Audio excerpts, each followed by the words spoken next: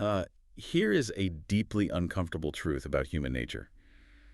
Getting exactly what you want rarely cures the envy of seeing someone else get more. Oh, absolutely. It's a massive psychological trap. Right. I mean, you could be lying awake at night just stressing over rent, completely consumed by, like, a photo of someone lounging on a private yacht. Yeah, or you could be doing relatively well, but then a luxury car rolls past you on the street, and there is this immediate visceral reaction. Exactly. It's just this glaring awareness of the gap, the sheer massive disparity between what some people have and, well, what others just don't. And that visual contrast is undeniably one of the most fundamental tensions of human existence. I mean, recognizing inequality is the easy part. Yeah, anyone can see it. Right, but figuring out how to survive it psychologically without becoming entirely embittered, that is something that has occupied philosophers and spiritual leaders since the dawn of civilization. Okay, let's unpack this. Welcome to the deep dive.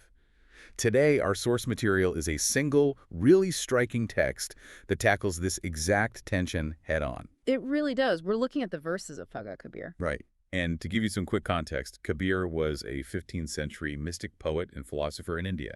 He was essentially like a rebel of his time. Oh, big time. He was famous for speaking out against the rigid caste system, religious dogma, and especially the hoarding of wealth. Yeah. And the specific text we are unpacking today is from a collection known as Rag Aasaa. Which is really interesting because the word rag refers to a traditional musical framework in South Asian culture. It's meant to evoke very specific emotions. And in the case of Rag Aasaa, it is designed to evoke a sense of hope, deep reflection, and awakening. Exactly. It's not just text, it's a mood, an experience. So the mission for you, listening right now as we navigate this text, is to look past the 15th century language and try to see the timeless psychological blueprint it offers. Yeah, because we are going to explore Kabir's breakdown of wealth, poverty, the human ego, and how we actually find peace in a world that feels, honestly, incredibly rigged. Because the imagery Kabir uses right out of the gate does not sugarcoat reality. I mean, he starts right in the muddy waters of human disparity. He opens by painting a picture of two extremes that existed in his era, which frankly look remarkably similar to the extremes we see today. It's wild. He writes, "To some the Lord has given silks and satins, and to some beds decorated with cotton ribbons." So, like, ultimate luxury for the 1400s. The absolute peak of comfort. Yeah. Then, in the very next breath, he points to the other side. He says, "Some do not even have a poor patched coat, and some live in thatched huts." And other translations even say they sleep on straw. Right. Silks and satins on one side, straw beds and patched coats on the other. It is the billionaire in the penthouse and the person sleeping on the street below. But Kabir sets up this extreme contrast, not just to act as a sociologist. He isn't just pointing out that inequality exists. Because everyone in the 15th century knew that already. Exactly, just like everyone today knows it. He establishes this baseline to dissect our internal reaction to it. Yeah, he is interested in the spiritual and psychological fallout of living in a world where that gap is constantly staring you right in the face. Let's talk about that reaction. Yeah. Because if I'm on the straw bed, freezing, and I'm looking at the person in the silks and satins, the natural human response is intense envy. Oh, 100%. When the gap is that wide, I mean, envy feels like the only logical biological response. You just want to scream at the unfairness of the system. And that is the evolutionary trap right there. Evolutionary psychology actually wires us to monitor resource distribution. Really, like at a biological level. Yeah. Think about it in a tribal setting. If someone else has more winter coats or more food, it literally threatens your survival. We are biologically predisposed to feel anxiety and envy when we perceive a resource gap. Wow. Okay, that makes so much sense.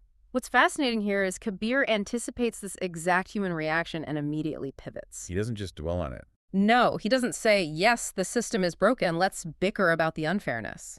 He addresses the human mind directly, stating, "Do not indulge in envy and bickering, O my mind." Which honestly feels like a massive ask. It does. Telling someone not to be jealous of the guy in the silk pajamas while they're shivering in a patched coat sounds a bit like an empty platitude, you know? It sounds like one until you look at the psychological intervention he offers right after it.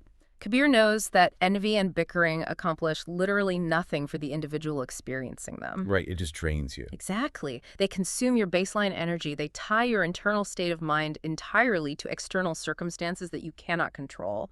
You essentially become a prisoner to the gap. A prisoner to the gap. Wow. So he follows the warning with a very specific antidote. He says, by continually doing good deeds, these are obtained, O my mind. Let's decode that because the word transactional comes to mind. Is he implying that if I just volunteer enough or do enough good deeds, the universe will reward me with the silk bed? No, it is crucial to read the subtext there. These he refers to obtaining isn't the material wealth. Oh, okay. What is it then? It is the peace, the spiritual fulfillment, the ultimate true value of a human life. Think about the psychological mechanism of what happens when you shift your focus from what you lack to what you can give. You change your locus of control. Precisely. Envy is a passive state. It happens to you when you observe someone else. Right, you're just absorbing it. But doing good deeds is an active state. When you take action, you shift from a passive consumer mindset, obsessing over who has what, to an active contributor mindset. That's a huge shift. It actually rewires your brain's reward system. You might not control whether you were born onto a silk bed or a straw bed, but you absolutely control your actions in the present moment. That tracks with a lot of modern cognitive behavioral therapy, actually. Taking your power back from the comparison trap through actionable behavior. Yeah, it's very forward thinking for the 15th century. But, it still leaves this huge glaring question hanging over the text. If the cure to envy is internal action, it begs a massive question about the external world. Which is? Why is it so unevenly distributed to begin with? I mean, why does one person get the silk and another gets the straw? It's the ultimate question. And Kabir answers that by zooming way, way out. He moves from the socio-economic reality of the streets to a broad cosmological analogy. Okay. He introduces the metaphor of the potter and the clay. Right. The text reads, the potter works the same clay and colors the pots in different ways. So the creator is the potter and human beings are the pots. The operative word in the entire line is same. The potter works the same clay. The same clay. This is Kabir's great equalizer. Beneath the expensive silks, beneath the frayed and patched coats, the fundamental material of our existence is identical. The carbon, the biology? Exactly. The spiritual origin, we all share the exact same starting material. But then he takes a turn that honestly threw me upon first read. Oh, yeah. Yeah. He says, into some he sets pearls, while the others he attaches filth. Or disease, depending on the translation. Right, it's a stark image. It is. And if the creator, the potter, is intentionally putting pearls in some pots and filth in others, does this mean we have no agency? Are we just pre-filled jars acting out our programming? Because if I have filth in my pot, is that just my predetermined lot in life? That is the classic tension between determinism and free will, and it is a phenomenal question to ask of this text. But let's look closer at what the pearls and the filth actually represent. Okay, I'm listening. They're not talking about money or poverty. They represent our internal states.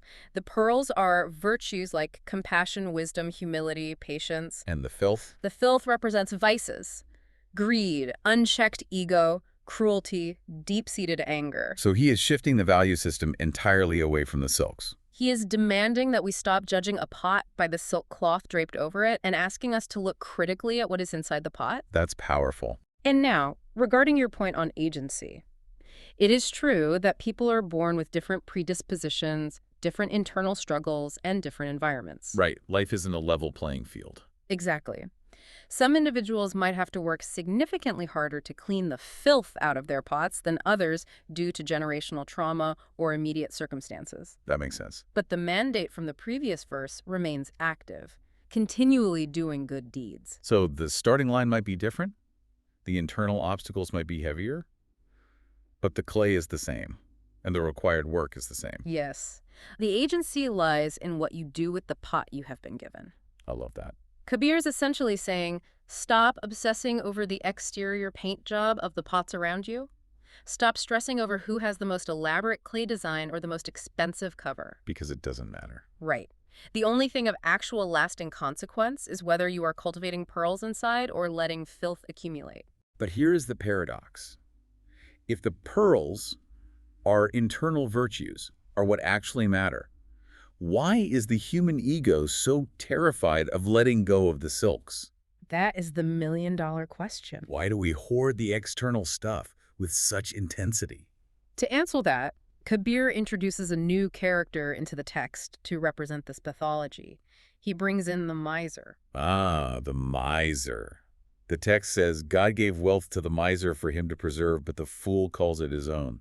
Yeah, let's look at that. Here's where it gets really interesting. I was trying to conceptualize this, and it reminds me of a confused A renter. confused renter. Yeah, imagine you sign a lease for a house. Yeah. You move your furniture in, and after a few months, you genuinely start telling everyone, this is my house, I own this land. Oh, I see where you're going with this. You put up aggressively high fences, you get furious if anyone steps on the grass, you completely forget that you are just renting. We lose touch with reality. Exactly. You are just passing through for a predetermined amount of time, but your entire sense of self-worth has become tied to the square footage. The confused renter hits the nail on the head. But Kabir takes it a step further. It is not just a harmless delusion. It is a profound sickness of the ego. How so? It is driven by an absolute obsession with the concept of mine. Now, evolutionary biology tells us to gather resources to survive the winter, right? Right. Keep yourself safe. But when that basic survival instinct gets hijacked by the ego, it becomes a pathology. We attach our infinite identity to things that are inherently temporary. We build these towering fortresses of material security, genuinely believing we possess them. Exactly. But Kabir points out that the wealth was only given to the miser to preserve or hold on to temporarily. Calling it his own makes him a fool. And Kabir does not mince words about how that delusion ends for the fool. He introduces the messenger of death. Yeah, a very intense figure. The text says, when the messenger of death strikes him with his club, in an instant, everything is settled. Just like that. It is a violent, incredibly abrupt image. Yeah. There's no negotiation, just bam, settled. It is meant to be jarring. Death is the ultimate reality check that the ego cannot bribe or outsmart. There's no escaping it. None. Think about all the life energy the miser spent hoarding, calculating, stressing, and putting up those metaphorical fences you mentioned. Decades of stress. When that club strikes, in a single fraction of a second, the illusion of ownership evaporates. The bank accounts, the property deeds, the silks, they instantly mean absolutely nothing. It instantly neutralizes all the wealth disparities we talked about at the very beginning of the deep dive. It really does. The silk bed and the straw bed suddenly have the exact same value to the person occupying them. Zero. And Kabir explicitly warns the listeners. He addresses them directly as saints saying, says Kabir, listen, O saints, it is false to call out, mine, mine. Mine, mine. Consider how deeply exhausting it is to operate constantly in mine mode, protecting your status, defending your physical possessions, comparing your mind to someone else's mind. It sounds exhausting. It is a psychological prison of our own making, and we volunteer to be the wardens. Just hearing the words, mine, mine, repeated out loud sounds like a toddler refusing to share a toy in a sandbox. Right, it's so infantile. It is such a constricted, anxiety-ridden way to move through life. So what does this all mean? If the mine mindset is a biological trap that turns into a psychological prison, what is the alternative? We need a new way to live. Right. How are we actually supposed to live in a world that operates on this disparity? The text offers a clear philosophical alternative to the miser. It introduces the humble servant or the exalted saint. Okay. This archetype operates on a completely different paradigm. They do not find peace through hoarding wealth or managing public perception. They find peace through a concept called hukam. Let's decode hukam. The text says, the Lord's humble servant is called the most exalted saint. He obeys the command of the Lord's order and obtains peace. Whatever is pleasing to the Lord, he accepts as true. He enshrines the Lord's will within his mind. Beautifully put. Now, to a modern ear, phrases like obeying the command of the Lord's order sound incredibly rigid, almost authoritarian. It can definitely sound that way. I am reading this and thinking, is this just a 15th century way of telling poor people to stay in their lane, be quiet, and accept their subjugation? It is very easy to misread it that way if you apply a modern, cynical lens to the translation. But hukam is not about political subjugation or a king barking orders at peasants. So what is it? Hukam translates more accurately to the divine will, or the fundamental laws of nature and reality. Think of hukam like gravity. Gravity. Okay, walk me through that. You don't surrender to gravity by refusing to walk or just lying flat on the floor in defeat. Obviously not. You acknowledge that gravity is a universal law, and you learn to work with it. You build airplanes that utilize the laws of aerodynamics rather than pretending gravity doesn't apply to you. Oh, wow. The miser is a person trying to bribe gravity. The person consumed by envy is screaming at gravity. The saint, the person who aligns with hukam, is learning how to fly. That is an incredible way to look at it. It reminds me of swimming in a river. Yes, exactly like that. The miser screaming, "Mine, mine," and the person consumed by envy staring at the silk bed. They are both trying to swim aggressively upstream. Fighting nature itself. Yeah, they are fighting the current of reality, exhausting themselves, swallowing water, and panicking because they aren't making progress. And then the Sanem. But the person who embraces Hukam simply stops fighting the current. They turn around, align with the flow of the river, and let it carry them. Beautiful. They're still actively navigating, still steering around rocks, which is the doing good deeds part. But the fundamental ego-driven struggle is completely gone. And that alignment is where the profound psychological liberation happens. When you accept reality as it is, when you align with Hukam, you are freed from the crushing anxiety of the miser hoarding his wealth. You let go of the tension. You are simultaneously freed from the bitter envy of the person staring at the silk bed. Your internal peace is suddenly untethered from your material conditions. Oh. Your peace is no longer dependent on the square footage of your rental property. It is dependent on your alignment with truth. It takes all the pressure off the ego. And that visceral feeling of liberation is perfectly captured in the final metaphor Kabir uses in this passage. Oh, this last part is amazing. We have traveled from the silks and straw to the clay pots, to the anxiety of the miser, to this liberating concept of Hukam.